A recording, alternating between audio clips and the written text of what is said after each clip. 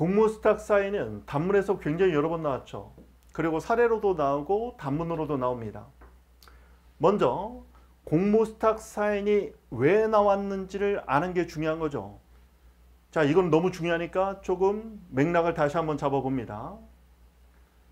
자, 행정의 목적은 공익에 있고 행정을 규율하는 행정법이 있고 법치주의가 적용되는데 행정법 영역에서 법치주의는 법치행정의 원칙이 있고 행정은 법에 합치해야 되는데 그 법의 존재 형식인 법원, 성문법원, 불문법원이 있고 이런 행정법의 법원이 적용된 공법관계와 사법관계의 구별이 문제가 됐고 공법관계의 주체가 되고 있는 행정주체가 누구인지를 배우고 있는데 이런 행정주체의 조직 구성을 행정기관이라고 부르고 그 중에서 내부적 결정과 외부적 표시를 할 수 있는 걸 행정청이라고 했죠.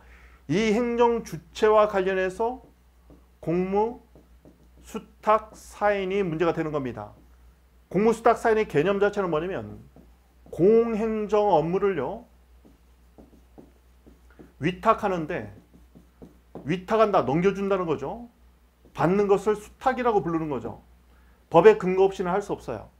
그런데 실제 굉장히 많이 이루어지는데 위탁기관이나 수탁기관은 항상 사인은 아닙니다.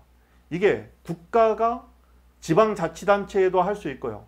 또는 협의회 공공단체에 위탁하기도 하는데 사인에게도 위탁을 해요. 그게 바로 공무수탁 사인이 되는 겁니다. 왜 해요? 민간 자원을 활용하면서 행정의 효율적 수행을 위해서 이렇게 위탁이 상당히 많이 이루어져요. 실무에서 보면 상당히 많습니다. 개인이 공무수탁 사인이 되는 경우보다 보통 이제 법인이 되는 경우가 많아요. 그래서 공무수탁 사인이라고 쓰지만 이 사인은 자인인 법인을 포함하기 때문에 실무에서는 공무수탁 법인이 훨씬 많습니다. 자, 볼까요? 공무수탁 사인이란 공행정 사무를, 공행정 업무, 공행정 사무, 이걸 보통 행정기관이 해야 될 건데 이것을 위탁하는 거예요. 누구에게? 자신으로 처할 이 공행정 업무를 다른 행정기관 또는 다른 지자체 또는 사인에게 위탁을 하는 겁니다. 그러면 위탁받은 자는 자기의 이름으로 처분할 수 있는 권한을 가져요. 여기서 중요한 게 자신의 이름인데요. 이 자신의 이름이라는 게 나중에 보면 처분 명의가 돼요. 처분 명의는 나중에 피고적격이 된다고 했죠. 그래서 공무수탁 사인은요. 공무수탁 사인은 잘 보세요. 위탁받은 공행정 사무의 법적 효과가 공무수탁 사인에게 귀속이 됩니다. 이걸 우리가 뭐라고 불렀어요? 행정주체라고 불렀죠. 아까 적었잖아요. 행정주체는 세자, 법주체, 늘려봐요. 법률관계의 주체. 법률관계는 권리의무니까 권리의무의 귀속주체. 권리의무를 법적 효과라고 했죠. 법적 효과의 귀속주체가 되는 겁니다.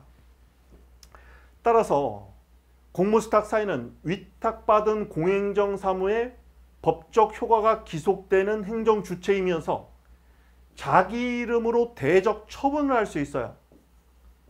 대외적 처분 권한까지 있거든. 처분을 하는 법적 지위는 뭐라고 했어요? 행정청이라고 했죠. 그래서 공무수탁 사인은 위탁받은 공행정 사무와 관련해서 법적 효과의 주체인 그런 위탁받은 법률관계의 주체인 행정주체이면서 대적 처분을 할 때는 행정청에 무슨 지위? 이중적 지위가 있습니다. 따라서 행정주체의 지위로서 당사자 소송의 피고도 될 수 있고 행정청의 지위로서 항고소송의 피고도 될 수 있어요. 부당이득 반환 청구 소송의 피고도 될 수 있죠. 질문, 방금 전에 적었어요. 국가배상 청구 소송의 피고는 될 수 있어요, 없어요? 국가배상법에서의 배상 책임자는 국가하고 지자체로 딱 한정해놨어요. 따라서 공무수탁 사인이 위법한 행위를 하면 공무를 위탁한 행정청에 속한 국가나 지자체가 국가배상법상 책임을 집니다. 어려워 이게. 상당히 어려운 내용이에요.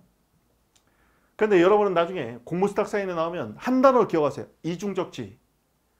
위탁받은 공행정 사무와 관련해서 행정주체의 지위를 갖고 대적 처분을 할 때는 행정청의 지위가 있다. 논의의 실익은 당사자 소송의 피고도 될 수 있고 항고소송의 피고도 될 수 있다는 점에 있습니다. 공행정 사무를 위탁받아 자기 이름으로, 이게 중요해요. 자기 이름이라는 말은 우리가 사인 함부로 하지 말라고 하죠. 자기 책임하에 이런 말이에요. 자기 이름으로 처리하는 권한을 갖는 행정 주체인 사인을 말한다. 공익사업의 시행자, 이건 강론에서 나오는 개념이에요. 공모위탁은 행정권한 법정주의의 변경을 가져오므로, 이건 기초법개념에서 했는데 강론에서 행정조직법에서 배웁니다. 행정권한은 법으로 정해져 있거든요. 변경을 가져오기 때문에 법률 또는 법률의 수권에 근거해야 된다. 쉽게 말하면 반드시 법적 근거가 필요합니다. 행정권한 법정주의라는 말은 왜 나오냐면 여기 보세요.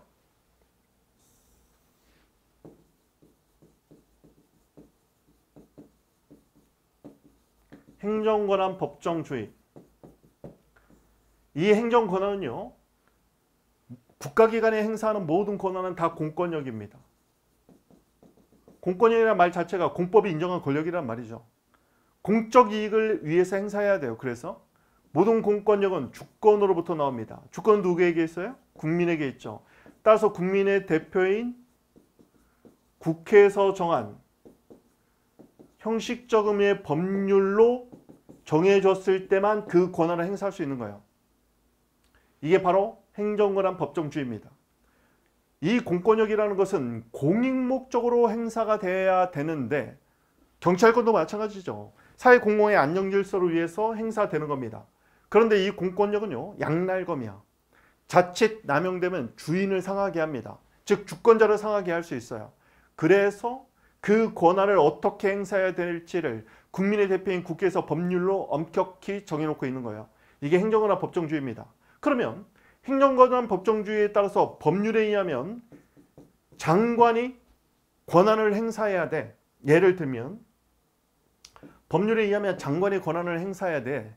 그런데 장관이 보니까요, 지방자치단체장이 이 권한을 행사하는 게 훨씬 효율적인 업무 수행이 될 것 같아. 그러면 장관의 자신의 권한의 일부를 관할 지방자치단체장에게 위임 또는 위탁해 줄 수 있어요. 이런 경우에는 행정권한 법정주의에 따르면 장관의 권한인데 이걸 시장에게 위임했다?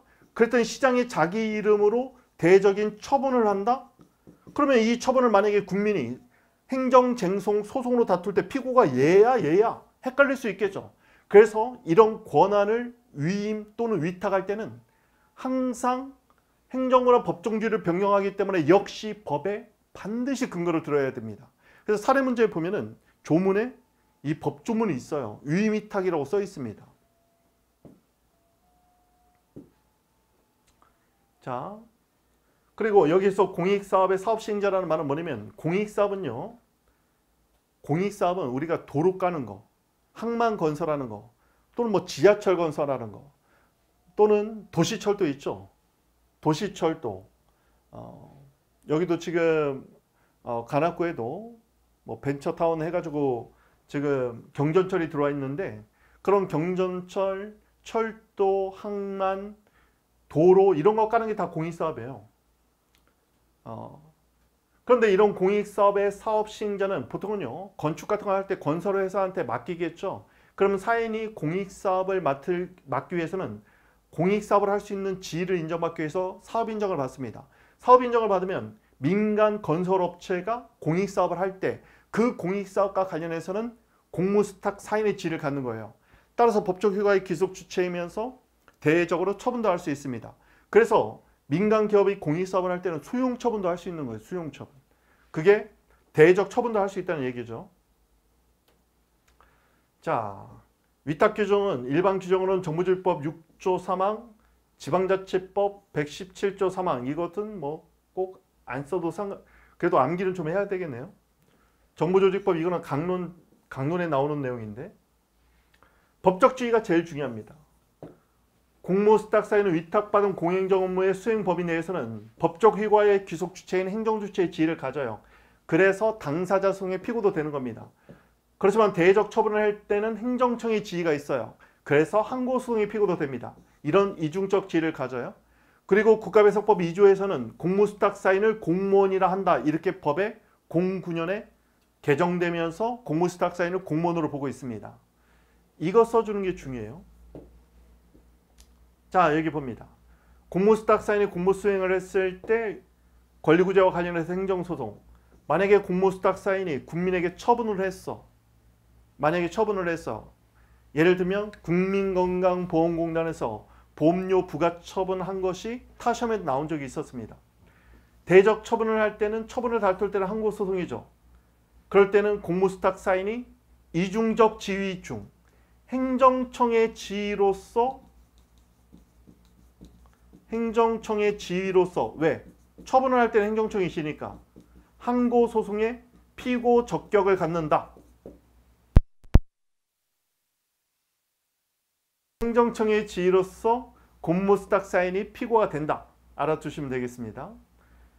공법상 계약은 나중에 뒤에서 배우는데 공법상 계약을 다투는 소송은 당사자 소송입니다. 당사자 소송의 피고는 누구라고요? 행정주체라고 앞에서 적어줬죠.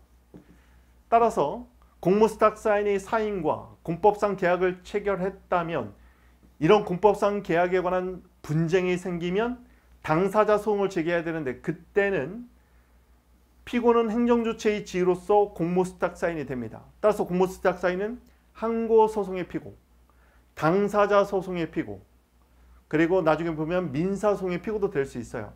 여기 아까 했던 공익사업의 시행자가 누군가의 토지를 수용합니다. 그럼 수용보상금을 지급해야죠. 이 보상금 청구권은 공권이거든요. 당사자 소송을 제기합니다. 그때는 공무수탁사인인 사업시행자가 손실보상 청구권의 피고가 되는 거예요. 왜냐면 손실보상 청구권 나중에 뒤에서 배우죠. 국가배상 다음에 이거를 다수월 판례, 판례도 공권으로 봐요. 공권을 다투니까 공법상 당사자 소송이죠. 공당사의 피고는 행정주체니까 행정주체의 지위로서 사업시행자가 피고가 됩니다.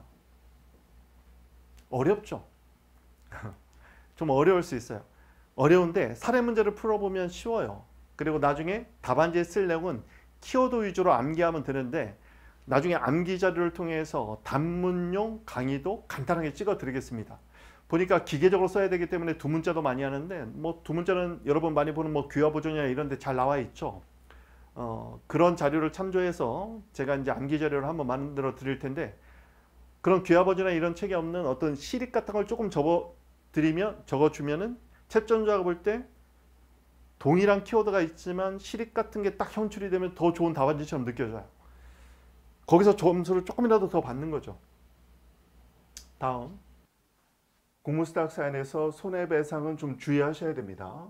손해배상은 기본적으로 손해배상은 국가배상법과 민법이 있죠.